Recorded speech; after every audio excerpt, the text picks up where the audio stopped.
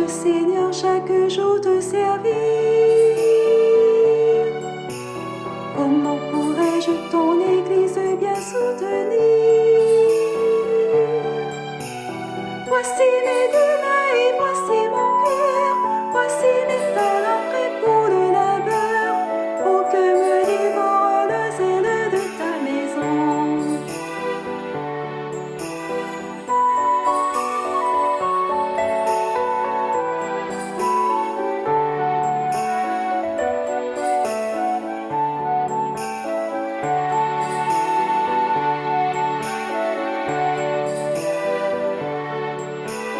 Comment pourrais-je pour ta cause me dépenser? Comment pourrais-je avec mes frères me déployer? Voici ma force, voici ma jeunesse, voici ma joie remplie de hardiesse. Oh, que me dévore le zèle de ta maison, le zèle de ta maison.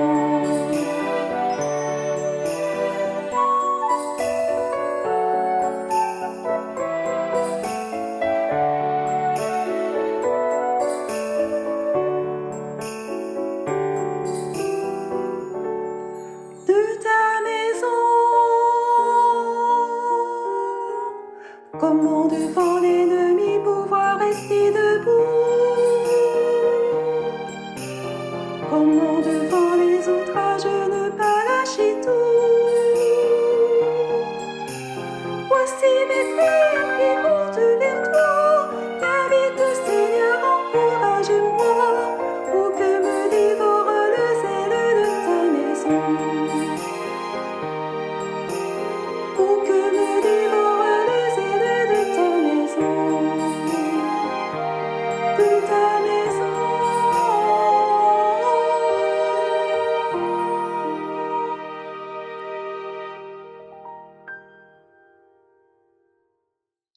Bonjour les enfants, bon sabbat. Nous allons vous raconter l'histoire d'un homme du nom de Saül. C'est une histoire qui nous montre ce qui peut arriver quand on oublie de suivre Dieu pas à pas et de lui faire pleinement confiance. Alors soyez bien attentifs les enfants. Saül était un homme choisi par Dieu. Ce n'est pas un roi qui manquait de puissance, mais il manquait de foi et du courage divin. Nous verrons comment Saül a manifesté toutes ses attitudes: lâcheté, peur, timidité, hésitation, passivité, faiblesse, soumission, fuite, qui sont un manque de confiance et de courage en Christ. En se laissant dominer par ses peurs, ses craintes, eh bien il a désobéi à Dieu, plutôt que d'affronter courageusement les épreuves en Jésus. Dieu a conduit le prophète Samuel à Saül, alors qu'il cherchait un homme pour être oint comme roi. Saül était issu de la tribu de Benjamin, une des 12 tribus d'Israël. Sa famille appartenait à une lignée respectable, mais elle n'était pas particulièrement riche ou puissante. Saül est décrit comme un homme haut de taille en comparaison avec les autres. En 1 Samuel 9, versets 15 à 17, il est dit: le jour avant que Saül vienne, l'Éternel avait révélé à Samuel en disant: demain à 7 heures, je t'enverrai un homme du pays de Benjamin, que tu oindras pour être chef de mon peuple d'Israël. Après avoir rencontré Saül, Samuel l'a oint avec de l'huile, un acte symbolique pour marquer l'appel divin à la royauté. Au début de son règne, Israël a remporté plusieurs victoires militaires importantes. Tout d'abord, Dieu lui avait ordonné de détruire tous les Amalécites, y compris leurs biens. Mais Saül a épargné le roi Agag et les meilleurs animaux. Quand le prophète Samuel lui a reproché de ne pas avoir obéi, Saül s'est justifié en prétextant vouloir faire des sacrifices à Dieu. Cela montre qu'il n'a pas suivi le 5e commandement. Honore ton père et ta mère. Ce commandement ne s'applique seulement aux parents, mais aussi aux autorités spirituelles et civiles. Et dans ce cas, Saül a désobéi au prophète Samuel, qui était son dirigeant spirituel établi par Dieu. En refusant d'écouter les avertissements et les instructions de Samuel, Saül a donc manqué à l'honneur et à l'obéissance qu'il devait à cette figure d'autorité légitime mise en place par le Seigneur. Lorsque Saül a décidé de ne pas obéir complètement aux instructions de Dieu, en épargnant le roi Agag et les meilleurs animaux, il a aussi placé sa propre volonté au-dessus de l'autorité divine.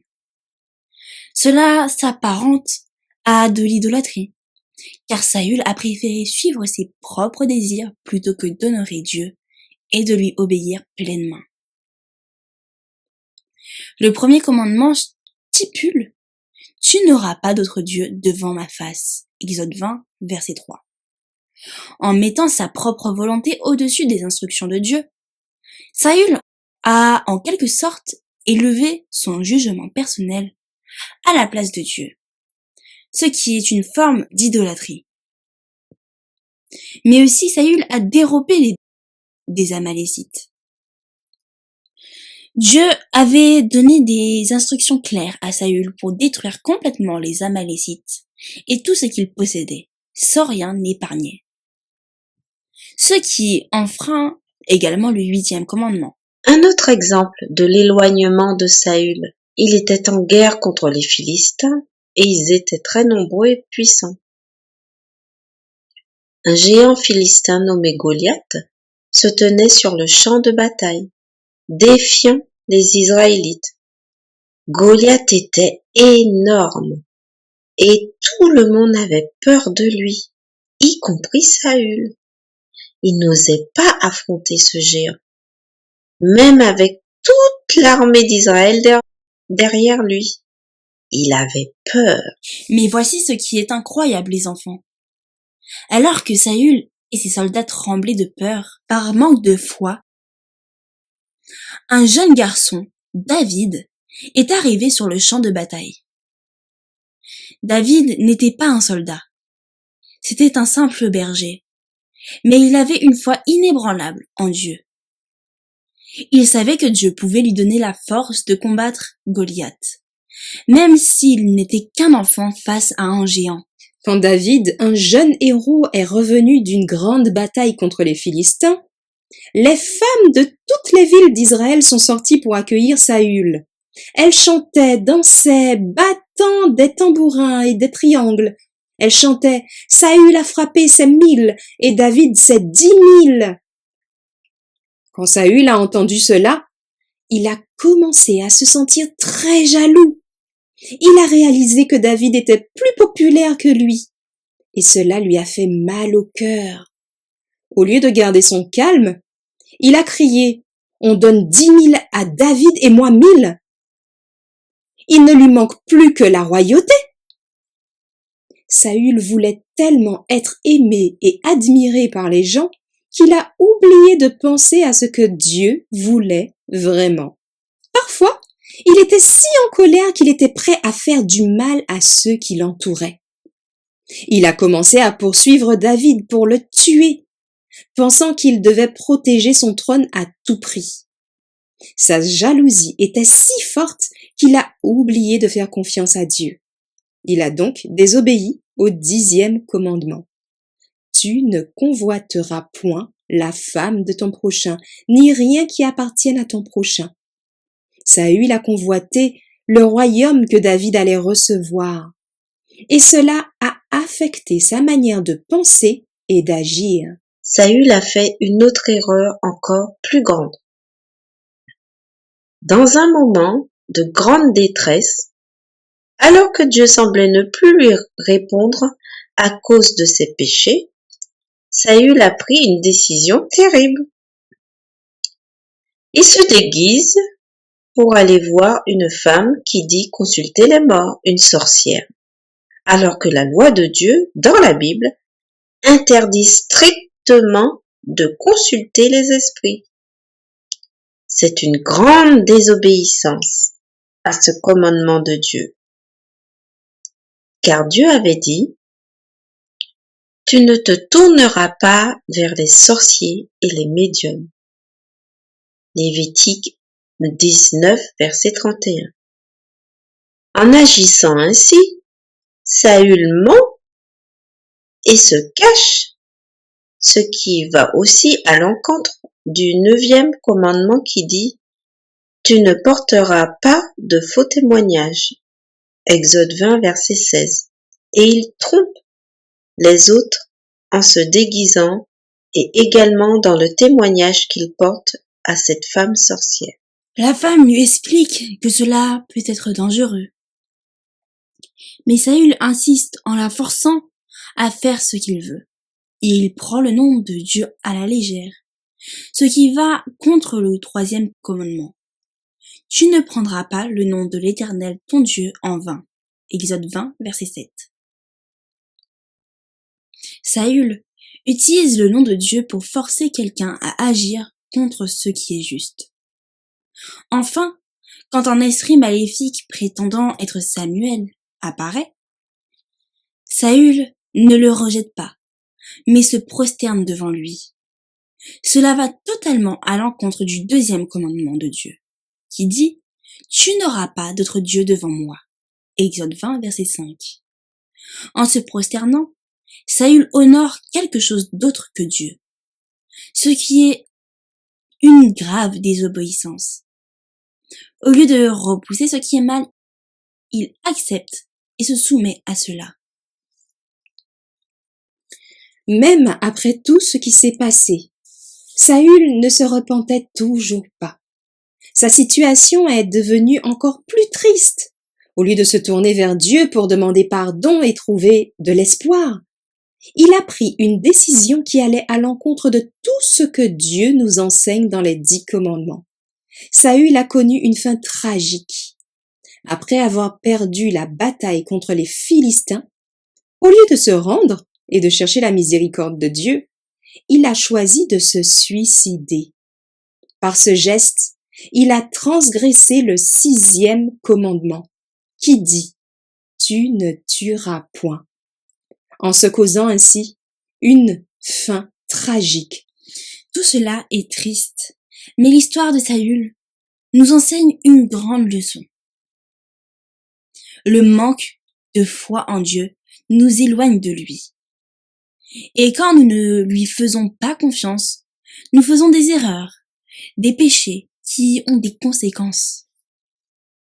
Mais même dans les moments les plus sombres, Dieu nous appelle à revenir vers lui, à lui demander pardon et à lui renouveler notre foi. Saül a choisi de se fier à ses propres pensées et à ses propres forces, mais cela l'a mené à la destruction.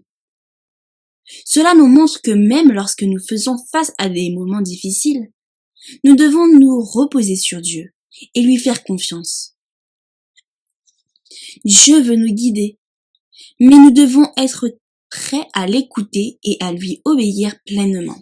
Les enfants, Dieu nous dit quelque chose de très important dans la Bible. Il nous dit que lorsque nous désobéissons à un de ses commandements, c'est comme si nous en désobéissions à tous. Pourquoi? Parce que tous les commandements de Dieu peuvent se résumer en 2 grandes choses. Jésus dit en Matthieu 22, les versets 37 à 40. Tu aimeras le Seigneur ton Dieu de tout ton cœur, de toute ton âme et de toute ta pensée.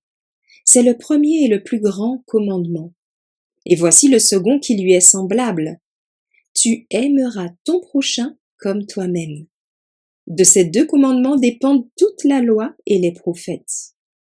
Au lieu de traiter David avec respect, amour, Saül a choisi de se comporter de manière cruelle et égoïste. Pourtant, Dieu nous enseigne de nous aimer les uns les autres, de ne pas mentir, de ne pas haïr et de pardonner.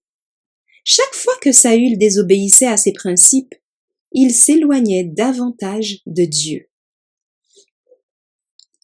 Alors souvenons-nous, quand nous obéissons à Dieu, nous lui montrons véritablement que nous l'aimons et que nous voulons aussi aimer notre prochain. Considérons et répétons ensemble le verset à mémoriser pour aujourd'hui. Confie-toi en l'Éternel de tout ton cœur et ne t'appuie pas sur ton intelligence. Prions ensemble. Père éternel, merci pour l'exemple de Saül. Et bien qu'il ait pris les mauvaises décisions, tu nous permets, à travers son histoire, de ne pas commettre les mêmes erreurs. Et tu nous invites à t'aimer par-dessus tout. Et notre prochain comme tu nous aimes. Donne-nous la force d'obéir à ta parole et de te faire confiance, même dans les moments difficiles. Sois également avec nous pour le moment d'étude qui va suivre. Au nom de Jésus. Amen.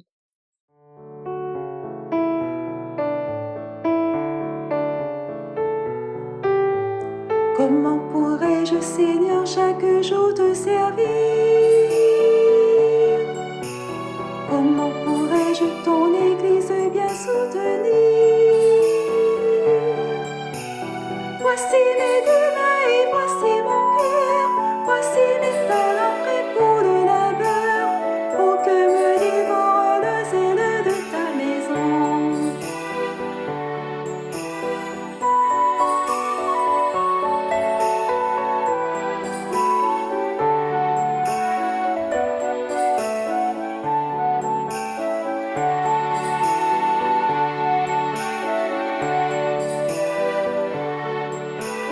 Comment pourrais-je pour ta cause me dépenser? Comment pourrais-je avec mes frères me déployer? Voici ma force, voici ma jeunesse, voici ma joie remplie de hardiesse. Oh, que me dévore le zèle de ta maison, le zèle de ta maison.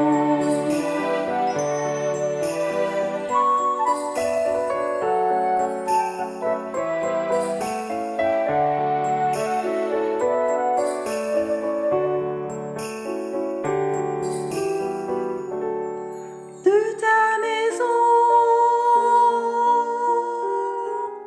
comment devant l'ennemi pouvoir rester debout?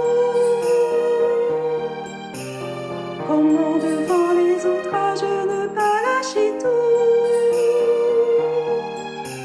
Voici mes prières qui montent vers toi. T'invite, Seigneur, encourage-moi, pour que me dévore le zèle de ta maison.